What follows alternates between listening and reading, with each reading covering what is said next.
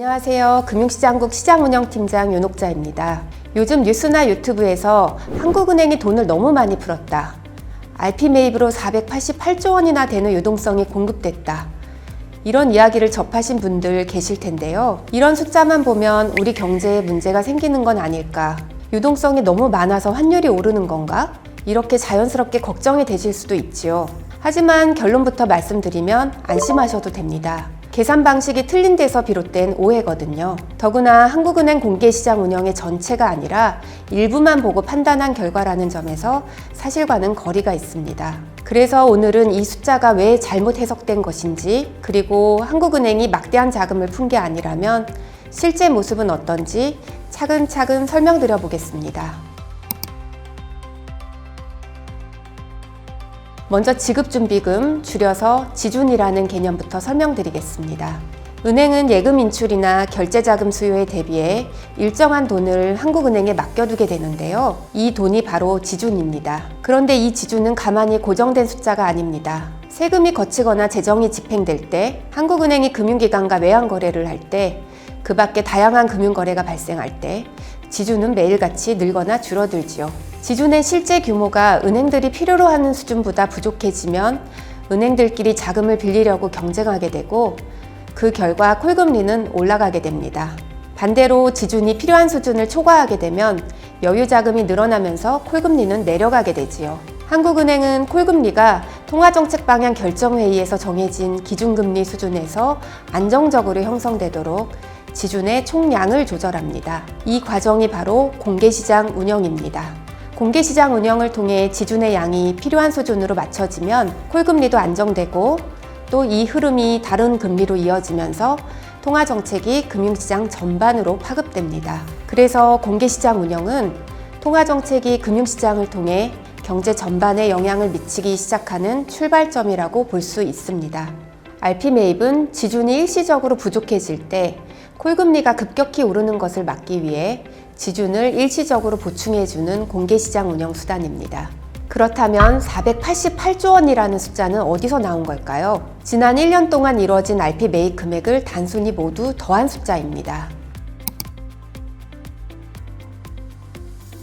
RP 매입은 대부분 2주짜리의 아주 짧은 거래인데요. 만기가 되면 자동으로 반대 거래가 이뤄지면서 자금은 다시 회수됩니다. 그래서 매입 금액만을 단순히 더해서 보면 회수되는 금액들은 고려하지 않는 셈이지요. 조금 쉽게 예를 들어 보겠습니다. 매주 10만 원을 빌렸다가 일주일 뒤 갚는 일을 1년 내내 반복한다고 해서 내 지갑에 520만 원이 들어있었던 것은 아닙니다. 지갑에 있었던 돈은 항상 10만 원이었지요. RP 매입도 마찬가지입니다.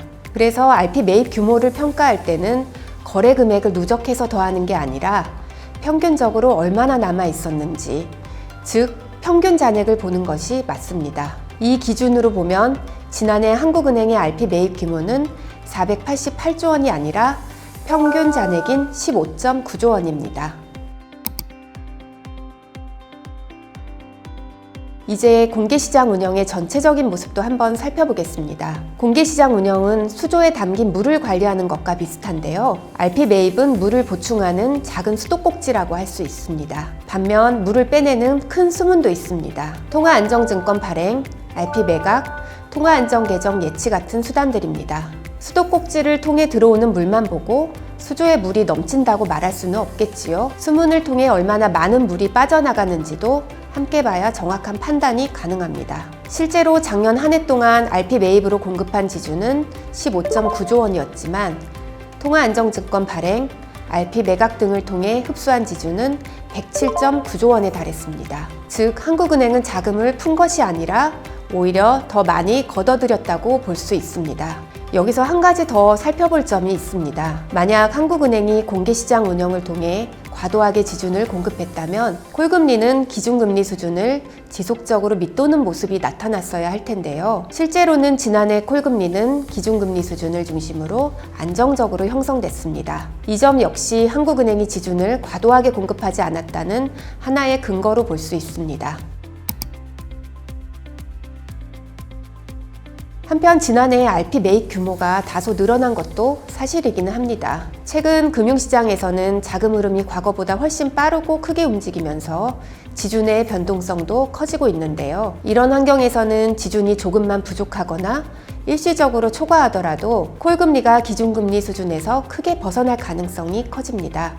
이에 따라 기본적으로는 지준의 흡수 기조를 유지하는 가운데 필요할 때만 지준을 신속히 공급하고 여건이 정상화되면 다시 흡수하는 보다 정교한 미세 조정이 필요해진 것입니다. 지난해 RP 매입이 이전보다 늘어난 것은 이러한 환경 변화에 대응해 한국은행이 지준을 보다 탄력적으로 조절한 결과라고 보시면 되겠습니다. 이제 오늘 말씀드린 내용을 간단히 정리해 보겠습니다. RP 매입 금액을 누적해서 더한 숫자만 보고 수백조 원이 풀렸다고 해석하는 것은 잘못된 해석입니다.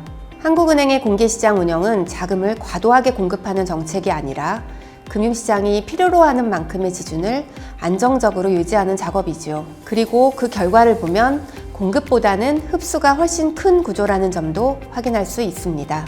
한국은행은 앞으로도 정교한 공개시장 운영을 통해 금융시장을 안정적으로 관리해 나가겠습니다. 시청해 주셔서 감사합니다.